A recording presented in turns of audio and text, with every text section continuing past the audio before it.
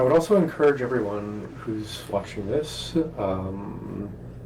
if you're interested in inner cultivation, Taoist practice, any of those things, or any other tradition, I would really encourage anyone and everyone to find a complete system of practice.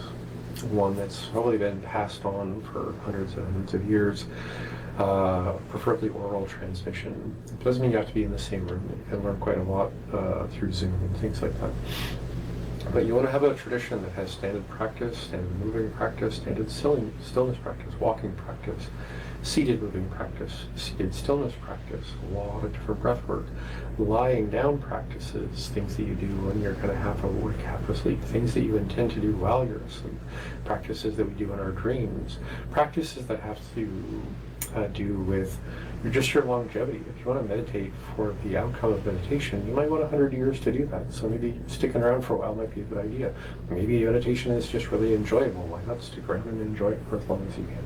Excuse me. So things like diet, called yang sheng fa in Chinese medicine, nourishing your life. Then there's things that have to do with, say, reading scripture, or reading the Tao Te Ching, or reading other books, reading modern books, reading ancient books. I sometimes translate scrolls in my classes from ancient China to just give us a perspective on, okay, this is what they were doing then, this is the understanding that they had then, this is the terminology that they used then.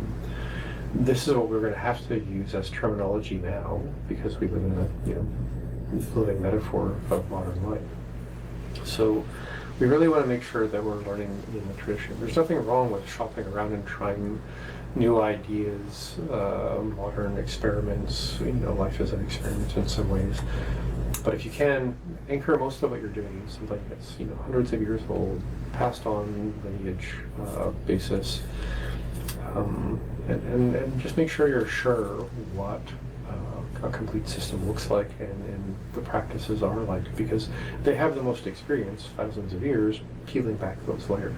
Some of those layers, again, why we wanted to make things contemporary, some of those layers are really implicit in Chinese culture, so sometimes we have to kind of update what they mean, how we talk about them, but also they're still there and we want to work with them.